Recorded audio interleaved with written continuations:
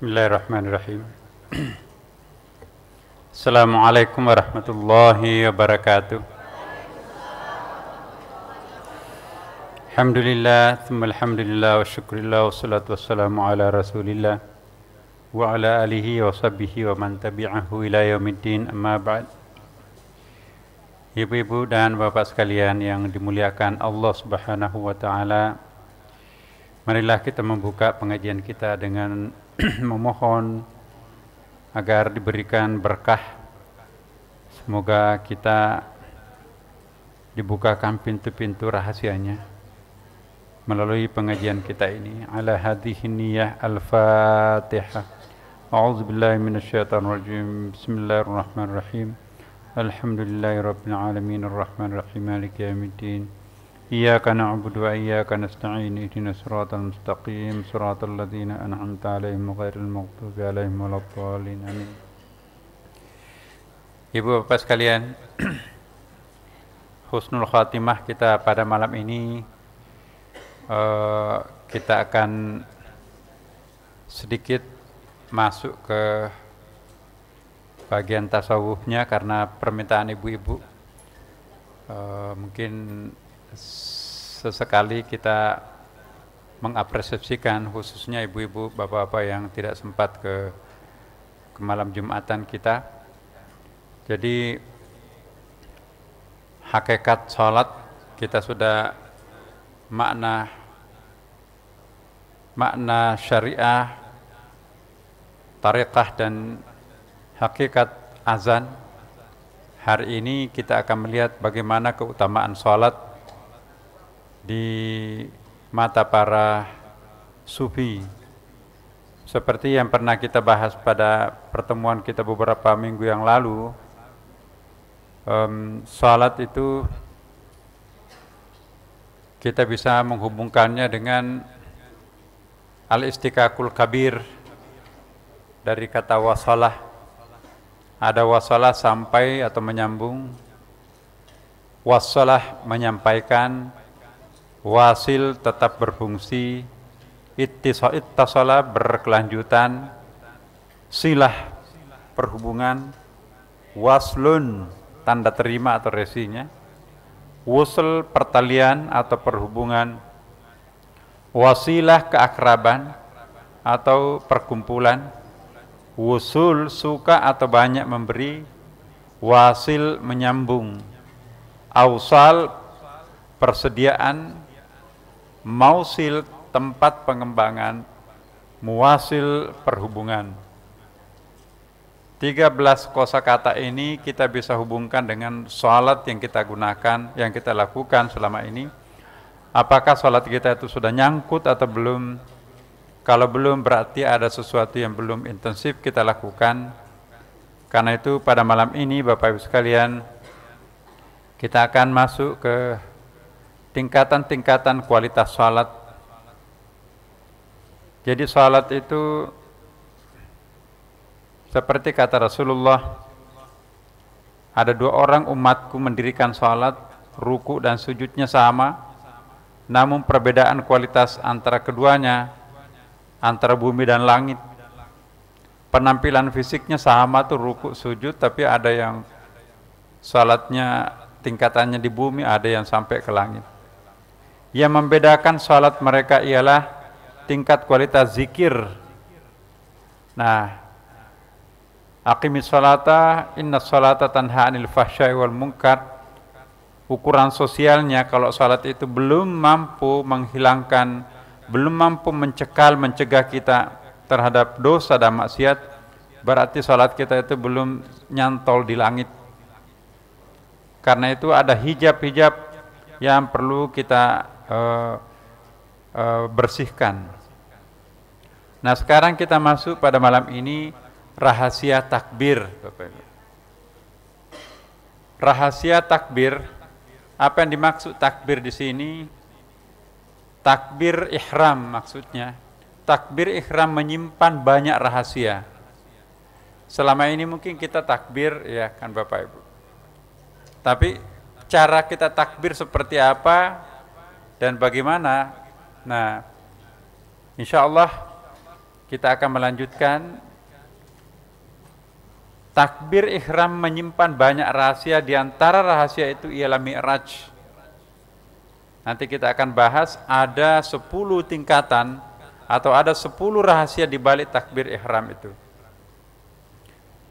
Kemudian juga Mi'raj itu berarti perjalanan rohani menuju Tuhan. Jadi bukan fisiknya yang berjalan, tapi rohani kita. Mi'raj bukan hanya Nabi Muhammad SAW, tapi juga para hambanya yang lain, termasuk kita semuanya. Jadi setiap kali seorang hamba sholat, maka setiap itu pula melakukan Mi'raj. Iya, perhatikan di dalam ayat ini, subhanalladzi asra bi'abdihi, tidak dikatakan subhanalladzi asra bi Muhammadin, tapi bi'abdihi artinya apa? Siapapun yang merasa dirinya sebagai hamba, sama dengan kita semua, maka itu bisa untuk Mi'raj. Lailan, Mi'raj Nabi itu malam hari, dari Masjid Haram ke Masjid Aqsa. Ya, kita sudah pernah bahas ini pada malam-malam tasawuf kita yang lalu. Nah, sekarang lafaz takbir yaitu Allahu Akbar adalah lafaz tauhid yang amat kuat. Sangat kuat lafaz takbir itu, Bapak Ibu sekalian. Lafaz takbir itu bisa merobek hijab yang membatasi hamba dengan Tuhannya. Ya. Sebelum salat disunatkan azan dan iqamat yang di dalamnya juga diawali dan diakhiri dengan takbir, kemudian juga di paling akhirnya nanti itu tahlil la ilaha illallah. Dengan lafaz takbir diharapkan merobek atau menembus hijab yang membatasi hamba dengan Tuhannya. Nah, ini intinya takbir. Ini ada 10 rahasia takbir ihram, Bapak Ibu. Mudah-mudahan malam ini bisa kita selesaikan. Pertama adalah ruh takbir. Ruh takbir ialah tasbih. Apa yang dimaksud tasbih? Mensucikan atau menyucikan. Menyucikan siapa? Mensucikan siapa? Apakah menyucikan Tuhan? Tuhan tidak perlu disucikan. Apakah menyucikan diri kita? Nah, itulah yang perlu kita sucikan. Nanti kita lihat. Jadi pandangan tasawufnya, roh takbir itu, spirit, the substance takbir itu sendiri ialah tasbih. Ada unsur tasbih, penyucian.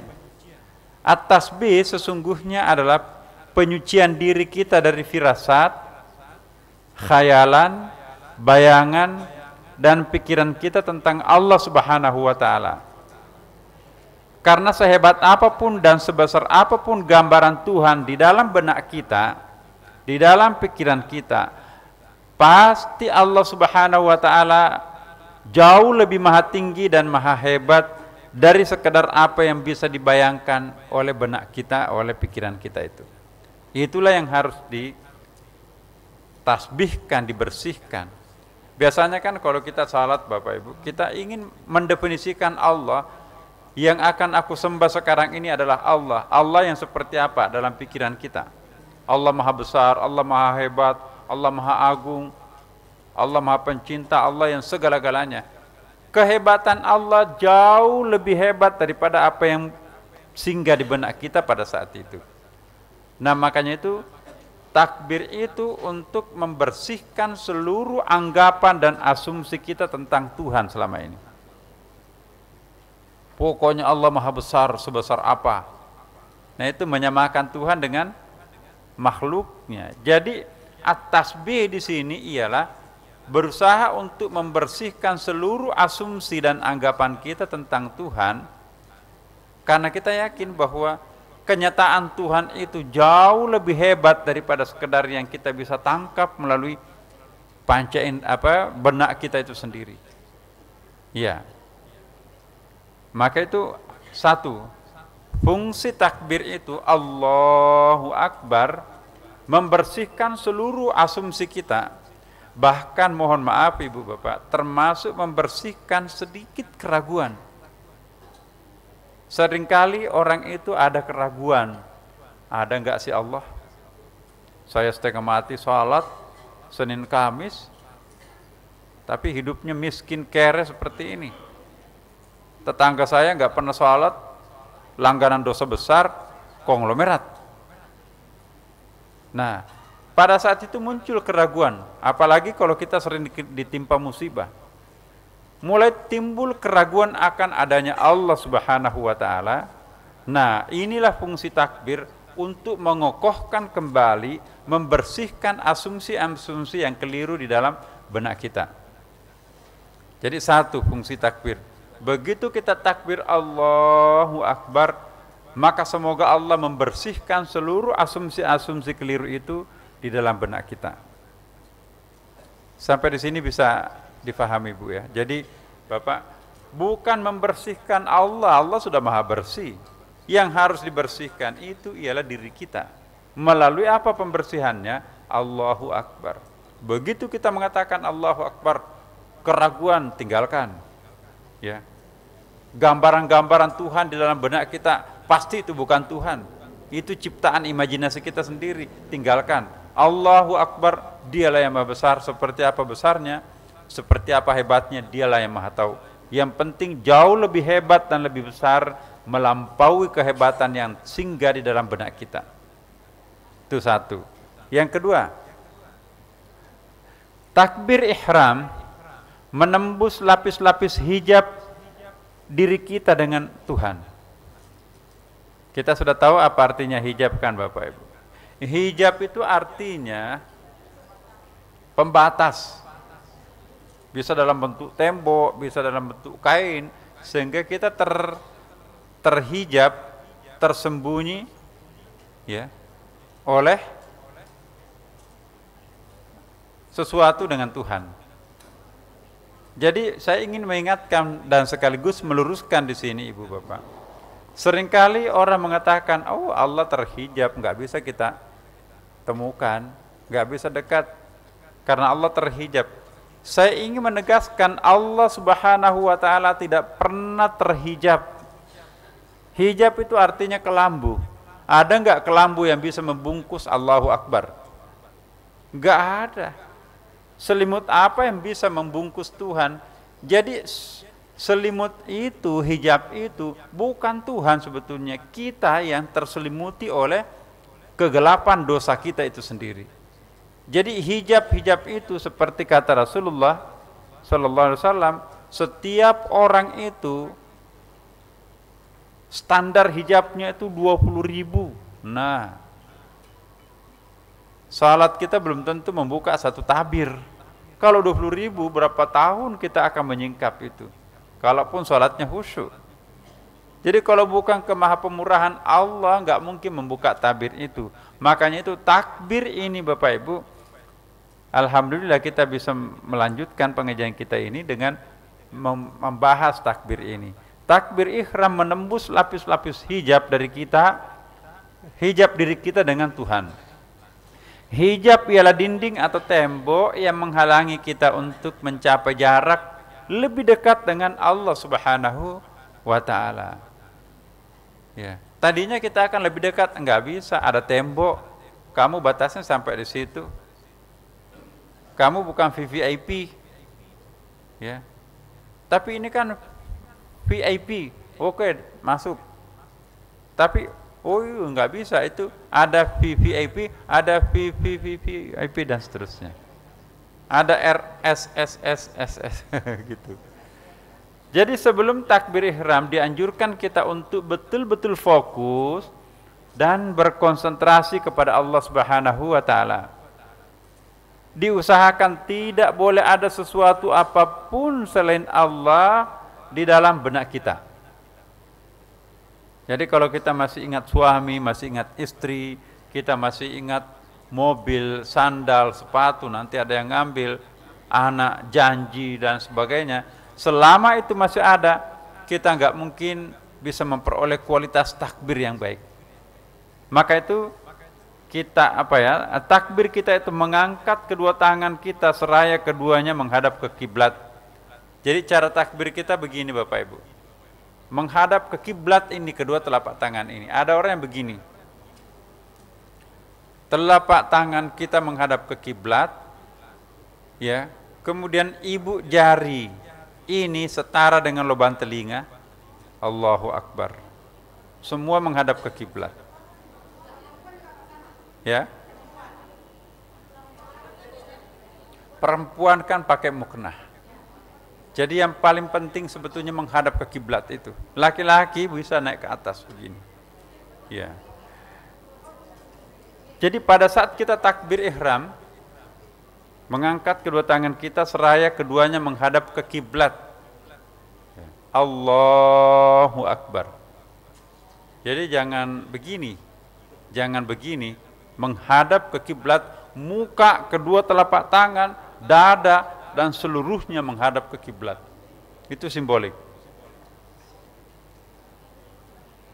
Yang ketiga, Ibu, Bapak.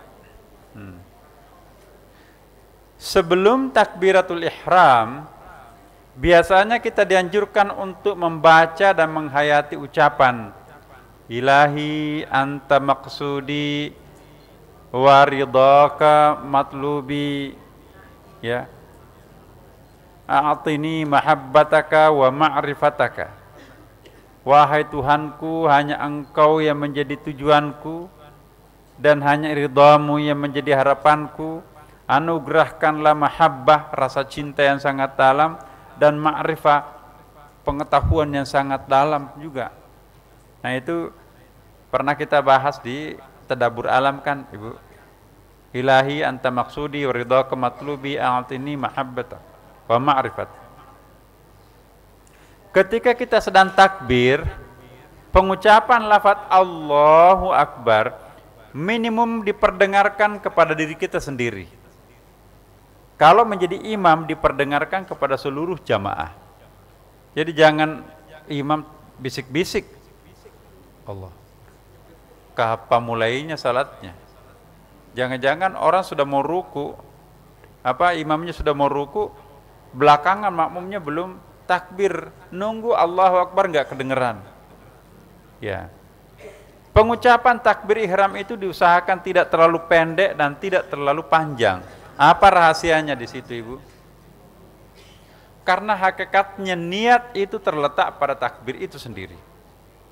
Allahu Akbar. Ketika panjang Allahu Akbar, di situ hati kita itu aku salat Isya karena Engkau. Ya. Mulut sebelumnya itu memang kan usolli pada salatil maghrib rakaat ini lillahi ta'ala. Tapi pada saat kita membaca takbir Allahu Akbar, diulangi dalam bentuk hati pada saat kita membaca takbir, ya, saya salat maghrib, ya, lillahi ta'ala, saya salat maghrib, atau sebentar lagi saya salat Isya karena Engkau ya Allah. Allahu Akbar. Kira-kira hati kita itu sudah mampu mengucapkan, mengikrarkan di hadapan Allah ketika kita memanjangkan Allahu Akbar. Itulah sebabnya ada orang kalau nggak pas fokus, dia suka mengulang-ulangi Allahu Akbar, Allahu Akbar, Allahu Akbar. Kalau menurut hemat saya tidak perlu, Bu, Bapak, apalagi kalau kita makmum. Cuman yang perlu kita ulangi, ya, kadang-kadang kan kita sholat duhur, tapi salah sebut, atau mungkin memang salah. Kita niatnya sholat asar, mestinya usolli pada sholat duhur, Allahu Akbar. Ini bukan duhur tapi asar. Ulangi Allahu Akbar asar. Tapi kalau hanya nggak fokus saja, ya, apalagi kalau sholat berjamaah, itu mengganggu tetangga kita. Apalagi kalau imamnya Allahu Akbar, aduh nggak pas, Allahu Akbar, makmumnya kacau tuh di belakang tuh. Harus diulangi juga oleh para makmum. Maka itu imam itu betul-betul harus terlatih. Kalau nggak fokus jangan takbir. Ya.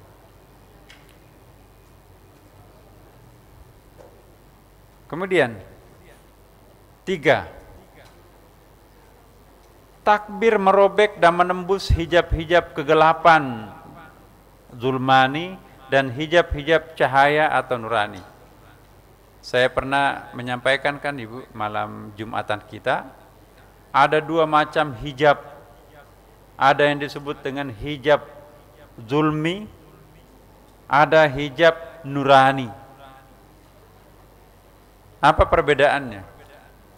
Penghijab atau hijab kegelapan itu seperti dosa-dosa besar yang dilakukan oleh badan kita. Zina, ya, merampok, membunuh, sampai dosa kecil berbohong, ya, membicarakan aib saudaranya sendiri, ya, itu semua masuk hijab-hijab zulmani. Ya. Jadi hijab zulmani seperti dosa-dosa besar dan kecil yang dilakukan oleh anggota badan kita. Sedangkan hijab nurani ialah dosa-dosa yang dilakukan oleh jiwa kita, pikiran kita, rohani kita. Ya. Seperti apa yang disebut dengan hijab nurani ini? Seperti kita mengangkat diri kita tinggi-tinggi, itu al-alin namanya. Atau kita sombong, angkuh, itu istikbar. Jadi istikbar dan al-alin itu disebut dengan hijab nurani. Istikbar itu dosanya iblis. Sedangkan al-alin itu kekeliruannya malaikat. Ya. Dalam materi malam Jumat kita, siapa yang dimaksud dengan istikbar? Iblis. Saya kan diciptakan dari api, manusia dari tanah. Jadi istikbar itu berhubungan dengan atau menyinggung backgroundnya sendiri. Aku kan darah biru, aku kan anaknya bos. Jadi bapak ibunya yang menjadi andalannya. Ya. Kalau al-alin bukan latar belakangnya, tetapi prestasinya.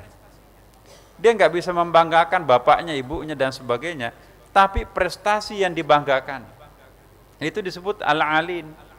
Di dalam Al-Quran, yang paling berbahaya itu istikbar, lalu disusul dengan al-alin.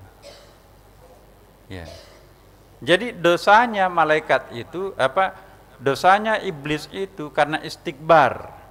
Kekeliruannya malaikat itu adalah al-alin. Apa yang dimaksud al-alin? Dari kata al, tinggi.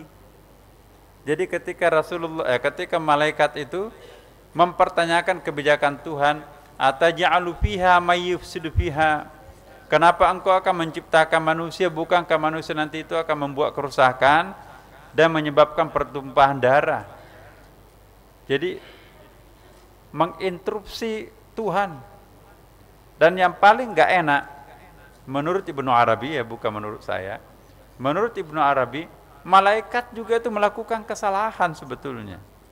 Kenapa? Karena menepuk dada. Nahnu nusabbihu bihamdik wa nuqaddisu lak. Bukankah aku yang sekian lama mengkuduskan engkau dan bertasbih kepadamu? Aku gak pernah berdosa, memuji terus panjang masa. Ya. Jadi dia memandang enteng Adam, lalu mengangkat dirinya karena dia adalah ahli ibadah yang sangat taat. Ya. Jadi di sini seolah-olah dia beribadah kepada Allah, masih sadar kalau dia beribadah kan? Padahal ibadah yang paling bagus itu tidak sadar kalau dia beribadah kepada Allah saking cintanya terhadap Tuhannya. Bisa difahami kan Ibu Bapak ya? Jadi malaikat itu mempertanyakan kebijakan Tuhan. Yang kedua, dia juga menyebut-nyebut dirinya, aku kan selalu menyembah terhadap engkau, aku selalu bertasbih kepadamu. Maka itu Allah marah kan. Inni a'lamu ma la ta'lamun. Itu dalam bahasa Arab itu huruf ta'kid. Dalam ilmu balaghah itu sudah enggak senang tuh Tuhan dibegituin tuh. Ini sesungguhnya aku lebih tahu daripada kalian. Marah kan? Nah, habis itu minta ampun malaikat itu kan kepada Tuhan. Ya Allah gampang memaafkan malaikat, tapi sulit memaafkan iblis. Karena dosa istikbar itu jauh lebih besar ketimbang dosa al-ali. Manusia berpotensi mengoleksi dosa istikbar dan dosa al-ali. Dosa karena istikbar itu memandang enteng orang lain. Al-ali menganggap dirinya tinggi karena prestasinya. Itu juga disebut dengan hijab nurani. Jelaskan Bapak Ibu. Jadi hijab nurani itu tidak ada dosa di situ secara fisik, bahkan bagus-bagus, tapi kadang-kadang pada penempatannya itu yang kurang pas. Contoh lain, ya, sholat tahajud Bapak Ibu, misalnya, Allahu Akbar, begitu selesai takbir, oh nikmat sekali takbirnya itu. Ya Allah, kalau saya kaya, saya akan bangun pondok pesantren di kampung saya.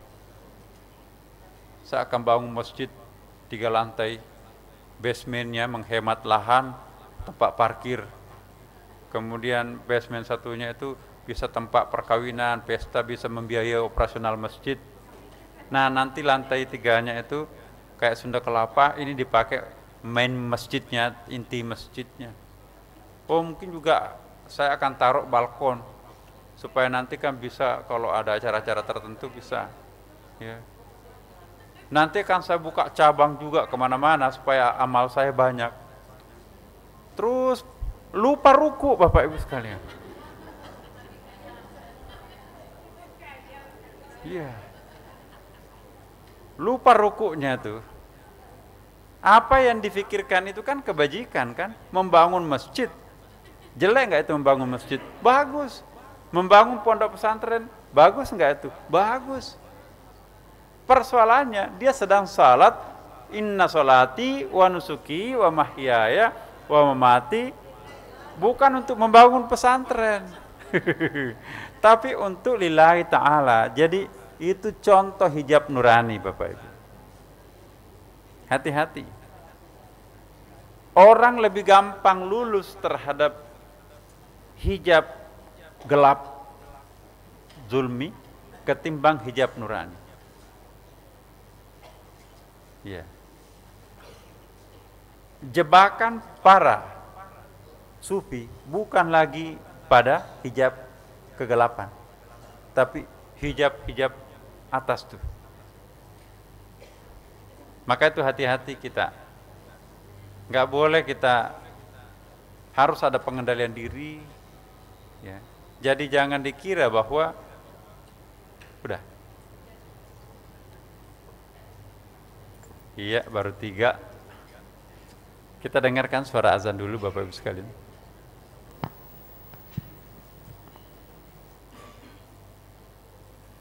Jadi takbir bisa menembus, merobek hijab-hijab zulmani dan hijab nurani. Iya.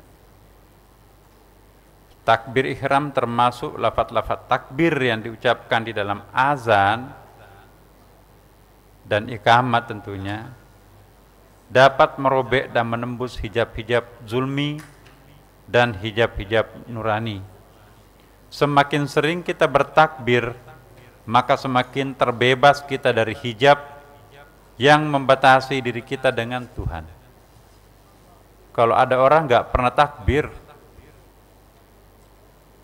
orang nggak pernah takbir pasti nggak pernah sholat, ya kan. Kalau sholat paling tidak 8 kali kita takbir, karena intinya sholat itu 2 rakaat, ya kan. Takbir itu takbir ihram, takbir ruku, ya kan. kemudian takbir sujud, bangkit dari sujud, sujud lagi, bangkit dari sujud, ya, langsung berdiri, berulang 2 kali. Kalau 4 rakaat berarti kita bisa 16. Jadi takbirnya sekian, tambah dengan azan, ya, 4 tambah 2, 6, ikamat 4 dan seterusnya. Takbir setiap hari itu kalau kita salat sunat rawatib, ba'diyah, qabliyah, baik sunat muakkad maupun gair muakkad, kita bisa menghitung berapa kali takbir kita. Kalau takbir itu berkualitas, maka insya Allah Bapak Ibu sekalian, takbir itu nanti yang akan menembus hijab-hijab kita. Nah, kemudian yang keempat, rahasia takbir. Pengulang-ulangan takbir mulai dari azan, ikamat sampai di dalam salat, ya. Untuk diantara tujuan dan hikmahnya ialah, diantara tujuan berulang-ulang takbir itu ialah untuk menembus lapisan-lapisan hijab yang menutupi diri kita dengan Allah Subhanahu wa taala. Seperti tadi yang saya singgung, disebutkan dalam hadis riwayat Ahmad, jadi hadisnya sahih, terdapat 20.000 hijab yang membatasi diri seseorang dengan hambanya, dengan Tuhannya. Ya, jadi tugas kita bagaimana menembus 20.000 tabir itu. Tembus 1 jangan puas. Tembus lagi 1 jangan puas. 20.000. Mungkin kita sudah sampai 15.000, terus jatuh berdosa besar lagi. Kembali 0. Kembali lagi untuk memulai yang baru. Maka itu jangan coba-coba untuk sesudah hampir sampai ke puncak jatuh, itu sangat menyakitkan. Mungkin akan naik lagi ke atas sudah wafat, malaikat maut menjemput. Nah, jangan turun lagi kalau kita sudah naik. Jangan menambah lagi hijab setelah hijab itu diterobos. Diharapkan takbir dan berbagai zikir serta ibadah-ibadah lainnya bisa menyingkap tabir tersebut. Semakin banyak ibadah, semakin sedikit hijab. Dan semakin banyak dosa, semakin banyak hijab. Ya. Hijab itu bukan hanya bisa ditembus oleh ibadah dan takbir saja, ya. Tapi ibadah sosial pun juga berpotensi untuk merobek, menembus hijab-hijab itu. Tetapi di sini nanti kita akan dapat satu poin bahwa mungkin di sini yang kelima. Oh bukan, nantilah kita ketemu. Sabab alam mulki, saya nggak tahu terjemahannya ini. Saya bahasa Arab kan. Ada yang disebut dengan sabab alam mulki, artinya sebentar. Sabab alam mulki takbir yang berulang-ulang itu tidak menafikan rahasia-rahasia sabab alam malakut. Alam yang kita tempati ini adalah alam mulk, ya kan Bapak Ibu? Alam mulk itu sinonimnya dengan alam syahada. Alam yang di atas itu, alamnya malaikat, alamnya jin, itu alam malakut. Di atasnya masih ada jabarut, di atasnya lagi masih ada alamul aql atau alamul ilm, dan di situ nanti ahadiyah dan seterusnya. Tapi poin yang kita akan sebutkan di sini, sebab-sebab alam bumi ini, alam bawah ini, takbir di sini Bapak Ibu, mohon maaf mengganggu ini.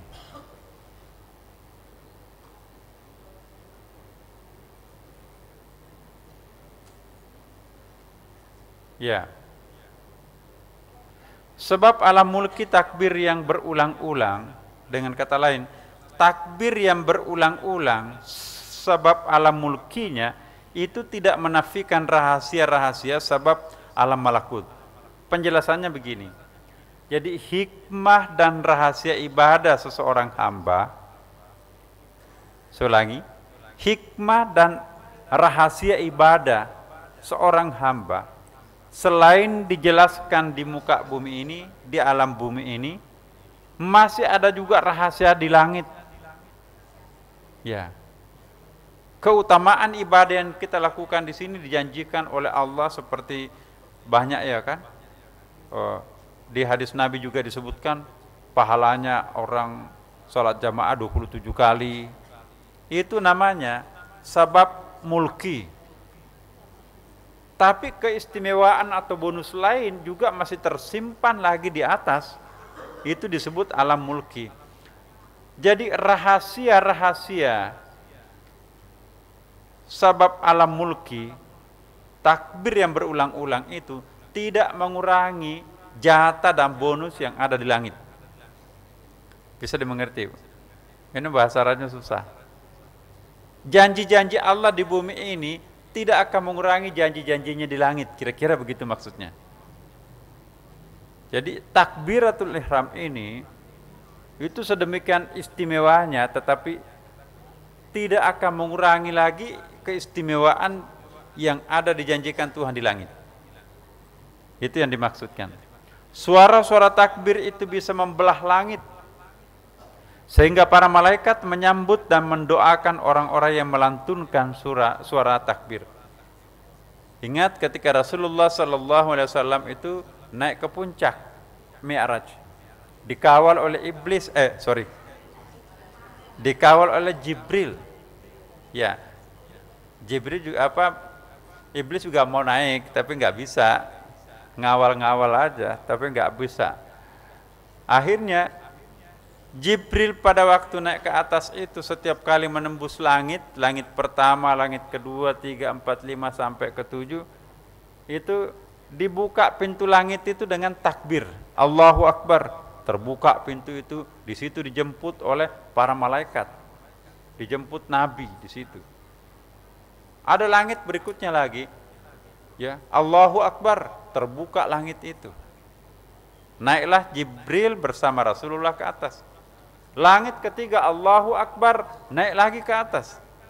Jadi Allahu Akbar ini adalah ketuk untuk membuka langit atas. Allahu Akbar ini, subhanallah. Bapak Ibu, ini kita ketemu di sini rahasianya ini. Lalu yang keenam, takbir ihram memi'rajkan seseorang ke langit atas. Ya, seperti sering kita dengarkan hadis Nabi, ya, as-salatu mi'rajul mu'minin. Ini artinya takbir ihram itu bukan hanya merobek hijab, bukan hanya menembus hijab, bukan hanya meruntuhkan tembok-tembok pemisah antara diri kita dengan Tuhan, tetapi juga mengorbitkan seseorang itu ke puncak alam Mi'raj. Untuk apa menembus, merobek hijab, tapi kita nggak naik-naik? Bisa saja kan pakai alat, ini bolong nih langit nih, tapi kita masih di sini. Takbir itu selain membuka tabir, ya, kita juga naik ke atas. Nah, Mi'raj itu Bapak Ibu sekalian, tarakki itu, tanazul kebalikannya. Ini ingat malam Jumat, tanazul menggali sumur dari atas ke bawah. Tarakki menggali sumur dari bawah naik ke atas. Lebih berat menggali sumur naik ke atas ketimbang membangun sumur ke bawah. Nah, jadi takbir ini, takbiratul ihram ini bukan hanya membolong langit, bukan hanya merusak hijab, bukan saja merobek-robek atap itu, tetapi juga sekaligus mengorbitkan orang itu naik melewati lubang itu tadi. Ya, bisa dijelaskan Bapak ya? Bisa. Semakin sering kita salat, maka semakin sering pula kita mi'raj. Semakin sering mi'raj, maka semakin tinggi kedudukan kita di sisi Allah Subhanahu wa ta'ala. Tentu sebaliknya, semakin jarang kita sholat, maka semakin jauh kita dengan Allah Subhanahu wa Ta'ala. Ya. 7. Nah,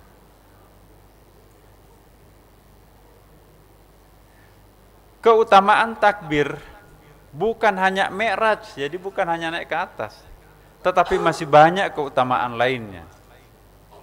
Takbir itu bukan hanya untuk mengetuk, membuka pintu langit untuk memi'rajkan, tapi takbir itu juga banyak keistimewaannya lain.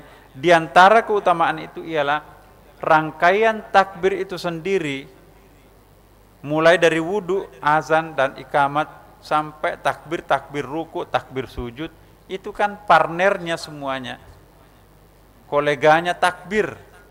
Itu satu tak terpisahkan. Rasulullah bersabda, bikulli katratin minal wudu'i, saya ulangi, bikulli katratin min wudu'ihi, ya kan, likulli katratin min wudu'ihi malakan yuqaddisuhu wa yusabbihuhu wa yukabbiruhu. Ya, setiap tetes air wudu itu ada malaikat. Di balik setiap tetes air wudu itu ada malaikat yang membersihkan diri kita manusia, menyucikan, mensucikan, ya, mensakralkan dan membesarkan, menghormati. Itu hadis Nabi. Nah, itulah sebabnya ulama menasihatkan, Imam Syafi'i pernah menasihatkan, biarkanlah air wudunya mengalir, karena sepanjang aliran air wudu itu mengalir, maka sepanjang itu akan mengalirkan dosa-dosa yang bersangkutan. Nah, jadi takbir itu satu paket dengan wudu, kerjasama untuk membersihkan anak manusia ini, dalam rangka membersihkan seluruh tabir-tabir yang mendinding dirinya dengan Allah Subhanahu wa Ta'ala. Ini rahasia takbir yang ke-7. Yang ke-8, ya, takbir yang mengawali azan dan iqamat lalu ditutup dengan kalimat tauhid la ilaha illallah. Setiap takbir di dalamnya merobek hijab-hijab tebal. Nah, ini penting. Di antara sekian banyak hijab, Bapak Ibu, ada 20.000 hijab kan? Hijab-hijab tebal inilah yang ditembus oleh suara-suara takbir di dalam azan dan iqamat. Ya. Di sinilah pentingnya azan dan iqamat sebelum salat. Ya. Tabir, ada kertas, ada kain, ada terpal, ada tembok. Yang bisa membobol tembok itu ialah takbir. Allahu Akbar. Kalau dinding kertas, ya, mungkin niat baik, bismillahirrahmanirrahim, buka tuh, ya. Kain, ya, insya Allah saya akan berpuasa Kamis yang akan datang. Rencana kan, belum dilakukan sudah dapat pahala. Pahala itu bisa menerobos dinding, ya. Tapi untuk membobol tembok tidak bisa dengan hanya amalan kecil. Yang bisa membobol tembok itu adalah Allahu Akbar. Bukan subhanallah, bukan alhamdulillah. Allahu Akbar ini adalah apa itu? Pembobol tembok raksasa itu. Nah, makanya itu pada saat kita mau takbir, mau naik ke atas, pasti setiap orang itu punya tembok besar. Maka itu harus diawali salat itu dengan takbiratul ihram. Allahu Akbar, bobol tembok itu. Langit 1, 2, 3, 4, 5, 6, 7 bisa ditembus oleh kekuatan Allahu Akbar. Ya.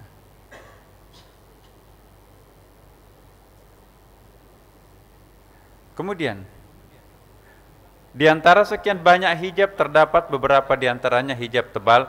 Hijab-hijab tebal inilah yang ditembus oleh suara-suara takbir di dalam azan dan dalam iqamat. Maka itu rugi Bapak Ibu kalau kita sholat sendirian tidak takbir, tidak azan ya. Kalau tadi maghrib sudah ada azan, tidak usah semuanya azan, tidak usah semuanya iqamat, karena azannya muazzin itu membobolkan hijab-hijab kita. Nah, jadi ada perintisnya, kita semuanya ikut. Nah itu terbuka tuh. Allahu Akbar tuh. Enggak tumpah kan. Jadi Bapak Ibu sekalian naik ke atas. Nabi pernah bersabda, salat yang diawali azan dan iqamat akan turun para malaikat berjamaah dan mengaminkan doa orang-orang yang salat. Kalau enggak ada azan, kalau enggak ada iqamat, salatnya sepi, enggak ada yang mendoain. Jadi kehadiran malaikat itu di dalam rumah Ibu Bapak, itu akan mengusir setan jin yang ada di dalamnya. Cara mengundang malaikat itu azan, iqamat, ngaji dan sebagainya, pasti penuh malaikat. Kalau nggak ada malaikat, nah itu akan diisi oleh setan, diisi oleh jin segala macam. Maka itu Rasulullah mewanti-wanti kita, jangan menjadikan rumahnya itu seperti kuburan. Kenapa kuburan? Itu sarang jin. Rumah yang tidak pernah digunakan ngaji, takbir ya, salat, enggak ada suara azannya segala macam, maka itu akan menjadi terminal setan.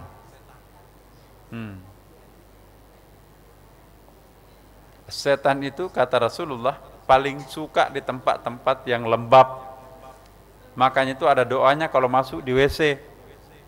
Allahumma inni a'udzubika minal khubuthi wal khaba'ith. Jadi setan laki-laki, setan perempuan. Nah, kalau gilirannya laki-laki, ya mungkin di situ yang setannya apa gitu. Kalau perempuan ya hati-hati. Ya setan jantan di situ. Tapi kalau kita berdoa, insya Allah, nah itu doanya Rasulullah. Mengapa Rasulullah memberikan doa untuk kita semua? Pertanda bahwa kamar mandi itu langganannya jin, setan. Ya. Yang lembab-lembab seperti itu, apalagi kotor, paling nikmat itu tempat istananya setan itu kalau rumah itu kotor. Tapi kalau bersih, nggak betah jin itu. Itu rumah malaikat itu kalau bersih. Berikut. Nah ini semakin naik kita. Batinnya takbir ihram itu akan merobek dan menembus hijab-hijab nurani. Ini dia. Azan belum tentu menembus hijab nurani. Mungkin tembok bisa dibobol, tetapi yang halus-halus itu belum tentu. Ya. Sekali lagi, hijab rohani itu cahaya, hijab nurani itu cahaya. Kan ada dua hal yang bisa membuat orang itu jatuh. Terlalu gelap, orang bisa jatuh ke lubang. Terlalu terang juga, orang bisa jatuh ke lubang. Dua-duanya berpotensi untuk menghadang manusia tidak sampai ke atas. Orang terhalang oleh kegelapan, tapi gampang. Ya. Kita bawa lampu senter, insya Allah kegelapan akan terusir. Tapi kalau persoalannya adalah cahaya, cahaya yang terlalu terang di depan mata itu membuat mata kita silau, dan juga sama dengan kegelapan itu membuat mata kita tidak berfungsi. Yang selalu kita lihat itu adalah kegelapan, padahal tidak selamanya kegelapan itu menghalangi kita. Ada kalanya cahaya justru menghalangi kita, dan lebih sering orang jatuh karena cahaya ketimbang kegelapan. Nah, apalagi jamaah sudah kelapa kan, lewat itu jamaah kegelapan itu. Yang paling berbahaya buat kita ini insya Allah ke depan adalah cahaya itu sendiri, hijab nurani itu sendiri. Oh, kita kan lain pengajiannya. Itu sudah hijab nurani itu. Ya, tawaduklah semua, maka itu insya Allah akan selesai. Jika semua hijab tersingkap, maka selain dengan melejit ke atas, juga dada orang yang bersangkutan akan diluaskan. Nah, ini dia. Sehingga ia akan merasakan ketenangan hakiki di dalam jiwanya. Inilah yang dimaksud Allah Subhanahu wa ta'ala, wa aqimis sholata lidzikri, dan dirikanlah salat untuk mengingat aku. Ala bidzikrillah tatmainnul qulub. Kalau mengingat Allah pasti hatinya akan tenang. Jadi rahasia batinnya takbir itu ialah, takbir ihram itu ialah merobek dan menembus hijab-hijab nurani. Ibadah lain mungkin tidak sanggup untuk menembus hijab puncak itu. Karena di puncak itu enggak ada lagi hijab zulmani, tidak ada lagi hijab kegelapan. Semakin naik kita ke atas semakin cahaya, dan cahaya itu nanti berpotensi menjatuhkan kita. Takbiratul ihram menembus hijab-hijab nurani. Subhanallah. Terakhir, alhamdulillah, takbir, rahasia takbir ihram yang ke-10, takbir menyadarkan seseorang untuk menyaksikan yang maha besar, Al-Akbar. Penjelasannya dalam nih. Ya. Penjelasannya malam Jumatan ini. Jadi kita sekali lagi saya ingatkan Bapak Ibu, kita jalan terus. Tasawuf itu kita harus habiskan, dan insya Allah kita lanjutkan di masjid Jalan Tamrin, Bu, di Kementerian Agama. Jadi penyaksian itu terjadi manakala segala sesuatu berupa makhluk sudah tersingkir di benak kita dan tinggal hanya Dia yang maha besar. Jadi Allahu Akbar, kita sepertinya musyahadah. Musyahadah artinya menyaksikan. Siapa yang disaksikan? Dia yang kita saksikan. Kalau Allahu Akbar itu terpatri di seluruh anggota badan kita, jiwa kita, pikiran kita, maka apapun yang dilihat oleh mata itu kecil semua. Kecil itu jabatan, kecil itu harta, kecil itu uang, kecil itu ISIS, ya, kecil itu begal, dan seterusnya. Kenapa? Karena yang maha besar hanya Allahu Akbar. Nah, kalau orang sudah sampai menyaksikan Allahu Akbar, Allah sendiri yang disaksikan di dalam pikirannya, benaknya, maka itulah hakikat takbiratul ihram, dan efeknya nanti adalah adamul khaliq fi anfusihim fa saghara ma dunahu fi a'yunihim. Kemahabesaran sang Khalik di dalam diri seseorang akan semakin kecil selainnya di mata mereka. Jadi tidak ada lagi yang besar yang dilihat di matanya orang yang musyahadah pada saat takbir. Kenapa? Karena semuanya kecil. Ketika kita membaca Allahu Akbar, tidak ada lagi rasa takut. Allahu Akbar menghilangkan semua rasa malu. Kenapa malu terhadap makhluk tapi tidak malu kepada Allah Subhanahu wa taala? Banyak orang malu terhadap manusia tapi tidak malu terhadap Allah. Nauzubillah min dzalik. Itu takbirnya belum berhasil. Takbiratul ihram itu berusaha untuk membesarkan yang pantas untuk besar, mengecilkan yang pantas untuk dikecilkan. Siapa yang paling pantas untuk kita besarkan? Allahu Akbar. Semuanya adalah kecil, termasuk diri kita sendiri. Kalau perlu, hilang semuanya, yang ada hanya Allahu Akbar. Nah, jadi inilah rahasia takbiratul ihram. Ada 10 Bapak Ibu sekalian. Dan ini sulit ditemukan di buku-buku Bapak Ibu di bahasa Indonesia apalagi. Karena itu alhamdulillah kita bisa memahami ini, dan semoga Allah memberkati kita semuanya, dan semoga takbir kita semakin berkualitas. Takbir ini insya Allah mudah-mudahan mengorbitkan kita sampai ke puncak.